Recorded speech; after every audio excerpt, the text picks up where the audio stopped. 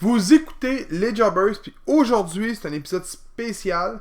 J'ai ni James ni Seb à ma compagnie. Il y a seulement moi, Gabriel. Donc aujourd'hui, on va parler de deux événements de lutte québécois qui sont sur le point d'arriver. Donc le premier, on va parler de la FLQ, puis ensuite de la lutte Sévère, parce que la FLQ se passe le 12, puis la lutte Sévère se passe le 13. Donc, on va commencer avec la FLQ qui présente Zoomania au ZooFest le 12 juillet. Puis, j'ai deux choses à mentionner qui sont très très très importantes. La FLQ présente deux galas en réalité, donc le qui suit par la suite est le 19. Il n'y a pas de match annoncé encore, j'imagine qu'ils vont les annoncer par la suite. Mais ce qu'on m'a dit, parce que j'ai parlé avec la direction au niveau de la carte et tout, donc on m'a dit de vous dire que Stu Grayson et Evil Uno, la signature récente de l'équipe par All Elite Wrestling, seront présents. Deux membres qui sont actifs event après event de la FAQ. Ils seront le 19 juillet. Puis on m'a dit aussi que les Pigbois seront présents, mais on ne sait pas nécessairement ce qu'ils vont faire. C'est le 12 juillet qu'ils seront. Puis je sais qu'ils font des imitateurs de lutteurs. Puis en tout cas, j'imagine que c'est ça, mais je ne pourrais pas en dire plus.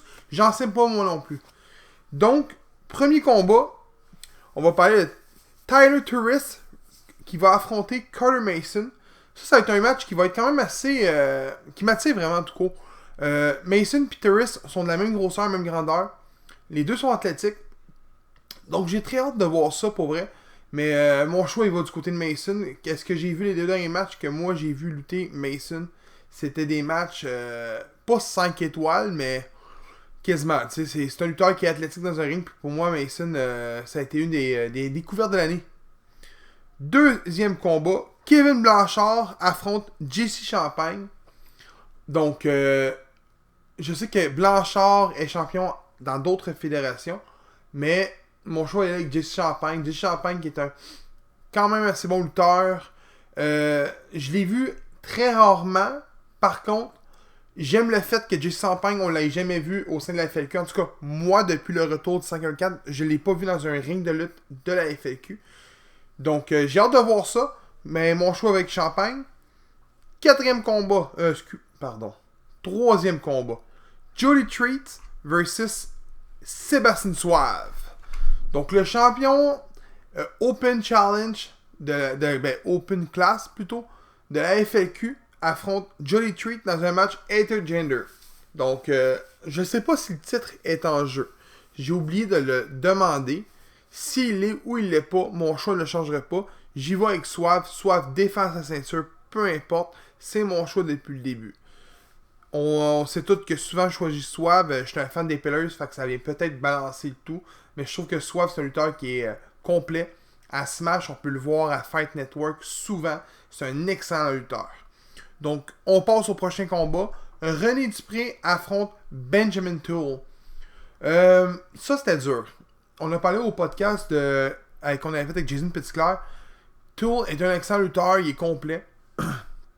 Vraiment complet. Mais je crois aussi qu'il est champion du monde de la lutte 07 et de l'autre fédération qui est la IWS. Donc on voit que c'est un gars qui est une étoile montante de la lutte au Québec. Mais mon choix ne changerait pas parce que René Dupré, c'est René Dupré. J'y vais avec René Dupré encore une fois. Ensuite, on y va avec un gros match.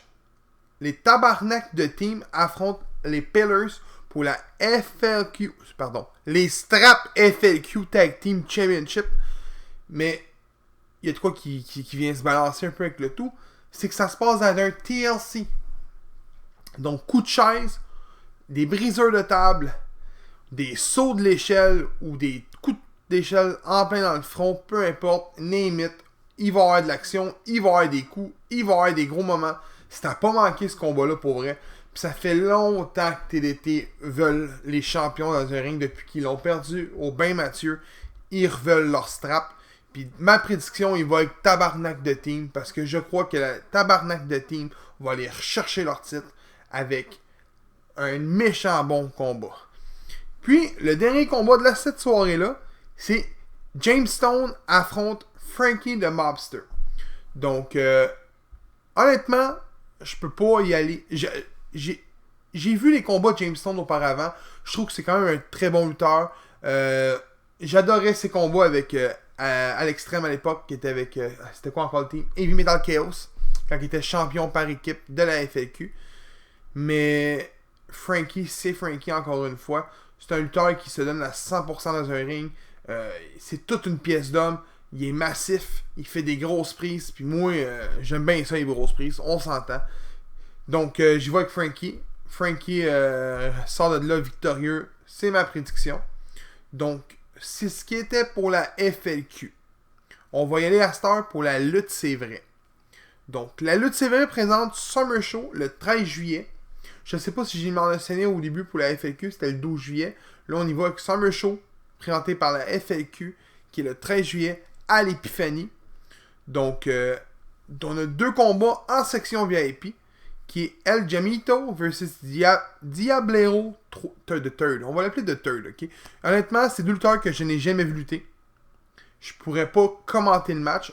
Je sais que Yannick va probablement m'écrire en privé qui va me dire « Hey, t'es un tabarnak de noob, toi. » Eh oui, je connais pas ces 2-là. Mais je vais y aller avec Diablero parce que je suis un gros fan de Diablo. Donc, je vais y aller avec Diablero parce que j'aime bien le nom. That's it. Mais ça me semble c'est un match qui est luchador. Fait que ça devrait être quand même bon. Donc, 2e combat, section VIP. Marty Lang affronte Frank Drouin versus Frank O'Neill. J'y vais avec une prédiction d'un coup. Frank O'Neill. Pourquoi? Je connais pas Frank Drouin. Fait que je pourrais pas voter pour lui malheureusement. Et Marty Lang, pour ce qu'il nous a fait dans notre podcast qu'on a filmé au Guild Culture, il veut me passer au travers d'une table. Fait que peu importe ça serait qui son adversaire, je vais aller contre Marty Lang. Donc Marty Lang, tu vas te faire piner au milieu du ring. 1, 2, 3. Puis Frank O'Neill se sauve avec la victoire. That's it. Donc, deuxième combat, pardon. La carte commence là. Donc, premier combat. Big Fat Seb Open Challenge. Donc, ma prédiction pour vrai pour celle-là, là, je vais aller un petit peu extrême. Je crois que Big Fat Seb va remporter son combat, peu importe. Mais j'aimerais bien voir ça, Kevin Biro. Il est pas dans la carte. Puis j'adore Kevin Biro. J'ai vu les 3 ou 4 combats qu'il y a sur Ma TV, qui est la XW qui est présentée par Ma TV. J'ai vu les 3 combats de Kevin Biro. Pour vrai, j'ai bien aimé ce que j'ai vu. C'est comme que Jason Petitclerc l'a dit au dernier podcast qu'on a fait avec lui. C'est un excellent lutteur et une étoile montante, encore une fois, de la lutte au Québec. Donc, ça serait ma prédiction. Mais on va y aller avec l'extrême, comme j'ai dit au début. Donc, j'aimerais ça voir Big Fat Seb contre Carl Leduc. Je m'explique. Big Fat Seb a sorti une promo au dernier show de la lutte, c'est vrai, qui blastait Carl Leduc. Donc, j'aurais un petit feeling que ça pourrait être Carl Leduc qui pourrait sortir. Mais ça reste peut-être juste moi qui le veux. Donc, je dis ma prédiction. Deuxième combat de Kickmaster et les enfants du cœur contre Morales, Mains et Bronson.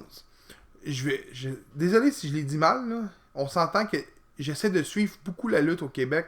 Puis malgré mon horaire du temps très chargé, des fois, il y a des gars que je vois popper dans les shows. Puis je fais « Ah, c'est qui ça? » Puis 3/4 du temps, je suis jamais déçu.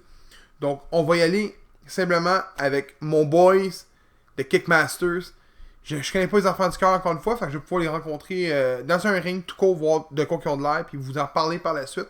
Mais j'y vais de Kickmasters parce que Kickmasters gagne tous ses combats à la lutte, c'est vrai. Puis il va regagner son combat de son 3 contre 3. C'est ma prédiction. Donc, puis il fait le pin avec les enfants du cœur. Donc, troisième combat de cette soirée-là, Nico Perez contre Syl le sadique. Ok, on va se le dire, Nico Perez va se venger en tabarnak. Il va y encore laisser toute une au sadique. Je peux te le dire, puis je peux te le dire, Nico Perez sort de ce combat-là victorieux. C'est simple. Je peux pas croire que Nico Perez pourrait perdre contre Sadique. Il a son combat contre lui, c'est à lui de faire ses preuves. Nico Perez remporte, that's it. Pis s'il peut écrire un bon coup de batte de baseball dans le front là, pendant que le ref est de Kodo, là, hey, je serais-tu content, mon ami? En plus, c'est le partenaire Marty Lang qui me court après présentement. Donc, ça pourrait être cool. Quatrième combat de Montreal Elite qui est Mastrocola et NZMGF affrontent Dave la Justice et le Raccoon Jason Petitclerc. Bon,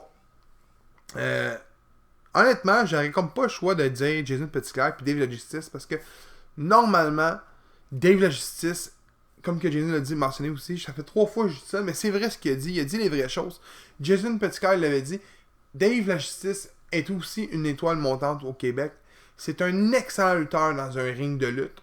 Puis Petitclerc également est un excellent lutteur aussi dans un ring de lutte. Par contre, mon boys, il est l'autre bord, Handsome GF, puis j'ai pas le choix d'y aller avec Handsome GF. J'ai pas le choix, c'est mon boys. Donc, le Boreal Guys remporte avec le pin, avec Mastrocola qui va écrire une volée aux 2 autres en bas, à l'autre en bas en même temps. Écoute-moi bien ça. Donc, Montreal Elite pour la victoire. 5e combat de cette soirée-là. Lufisto défend son titre de la lutte, c'est vrai, contre Fernando de la Cruz. Ok. Fernando a piné Lufisto au dernier show de la XLW. Donc, ça vient peut-être un petit peu mélanger les cartes si on veut. Mais je vais y aller avec un safe, une prédiction sécuritaire, on va le dire en français. J'y vais avec le Lufisto. Simple, puis je m'explique. Lufisto, je vois pas pourquoi qu'elle devrait perdre contre Fernando. Malgré que Fernando est un bon lutteur, puis est next-gen à XW. Mais Lufisto va remporter. Parce que d'après moi, Randy, ça vient chercher ça. Puis on va parler de Randy plus tard dans l'épisode. Mais d'après moi, Randy vient chercher son titre. C'est ma prédiction. Donc, Lufisto remporte son combat. 6e combat, Sweet Boy versus Sean Mason. Ça, là, pour vrai, j'ai hâte en tabarouette. Pour vrai, là, Sweet Boy, ça fait 2 events qu'on me le tease. Je l'ai jamais vu lutter. Puis au dernier show, ce que j'ai vu, ben, du peu que j'ai vu, ça m'intéresse. Donc, Sean Mason aussi fait une promo qui niaisait Sweet Mason. Fait que, Sweet Mason, là là. Hey, je suis sur un lendemain de brosse, moi. Tabarouette. Sweet Boy. Mason niaisait Sweet Boy disant qu'il était fini, peu importe. Donc, il a fait aller sa gueule. D'après moi, Sweet Boy va y faire fermer sa gueule. Donc, Sweet Boy remporte le combat. 7e combat de la soirée. Brad Alexis contre le nouveau Ryan Donovan. Qui est surnommé de mémoire Ryan D ou peu importe. On s'en fout. Ryan D remporte le combat contre Brad Alexis. J'y vais contre un autre de mes boys, Brad Alexis. C'est simple. Ryan D a tellement tout à prouver présentement. Il est dans son pic de sa carrière quasiment de la lutte au Québec, je trouve. Ça, c'est mon avis. Il est devenu heel avec un bon personnage. Son combat à la XW... pas à XW, c'était où? C'était à la GAW, si je me mémoire. C'était assez intense. Écoute, c'était intense. T'entendais les enfants crier, les gens se levaient, ils partaient. Je vous le dis, c'est un match à ne pas manquer. Puis en plus, c'est un show extérieur. Je ne l'ai pas mentionné tantôt, mais c'est un show extérieur. C'est toujours le fun des shows extérieurs, je vous le dis. Donc, 8e combat, qui est un match survie, Survivor thématique, de Team Sally versus Team Von Gott. Donc, le Team Sally est constitué de Sally, Angie Sky, Kira et Azael. Puis le team de Kat Von Gott est constitué de Kat Von Gott également. Mélanie Havoc, Kira. Qui est la dernière? Ma prédiction, Lufisto. 2 matchs en une soirée. C'est possible. On l'a vu beaucoup souvent. D'après moi, Lufisto, elle vient dans le combat. C'est ma prédiction. Encore une fois, qui remporte ça? Team Von Gott. C'est simple. Je trouve qu'il y a plus de talent du côté des filles du team de Team Von Gott. On s'entend. Havoc, Von Gott, Kira. 3 bonnes lutteuses au Québec. L'autre bord aussi, des bonnes lutteuses. Kira, c'est une bonne lutteuse. Sally aussi, c'est une bonne lutteuse. Les 2 autres, je les connais beaucoup moins. Fait que peut-être pour ça qu'il vient jouer sur mon rôle, sur ma décision. Mais j'y vais avec ça. Puis, le dernier combat de la soirée de la lutte, c'est vrai. 3e event qui présente William Brady affronte René Dupré. Donc, oui, t'as bien entendu, René Dupré. Donc, ça fait 2 René Dupré en 2 soirs. Donc, moi, je suis sur 2 gars-là. Vous devriez suivre les 2 gars-là. Vous devriez aller voir le 12 juillet, le 13 juillet. Après ça, vous vous mettez au 19 juillet. Ça fait 3 galas de lutte en peu de temps. Hey, t'en manges la lutte, tu vas aimer ça. Donc, ma prédiction pour ce combat-là, c'est simple. William Brady. J'ai pas le choix. René Dupré va gagner son combat de la veille. Il va être brûlé un peu. C'est comme une game de hockey, tu sais, les gars se pointent sa patinoire, ils sont brûlés. Ils se pointent à deuxième game, rarement qu'elle gagne, même chose. Puis William Brady, c'est loin d'être un 2 de pique, c'est un colosse, c'est un esti de bon lutteur, je vous le dis, Brady remporte la victoire, puis il s'en va se battre contre Lufisto, je le souhaite. autrement dit, je veux que le roster complet se batte contre Lucito, moi, Ryan Donovan, Warren Birdie, Anthony Jeff, tant qu'à être. Donc, 2 shows à pas manquer, pour vrai. Si vous voulez savoir c'est où exactement, je me souviens plus c'est où exactement. Parce que, ben, j'étais mal préparé, ça a l'air. Donc, les events sur Facebook sont présents. Vous allez sur la page de la FLQ pour voir où exactement. Mais je vous l'ai dit que c'était au ZooFest. Puis le show de la lutte c'est vrai à l'Épiphanie. Exactement, je m'en rappelle plus. On l'a dit au dernier show, au dernier podcast. Mais allez sur la page Facebook de la lutte c'est vrai. L'event va être en premier. Allez-y, ça vaut la peine. C'est pas cher. C'est pas si loin que ça l'Épiphanie. C'est pas si compliqué que ça à s'y rendre non plus. Puis je vous le dis, Yannick fait un excellent job pour faire vivre la lutte à l'Épiphanie.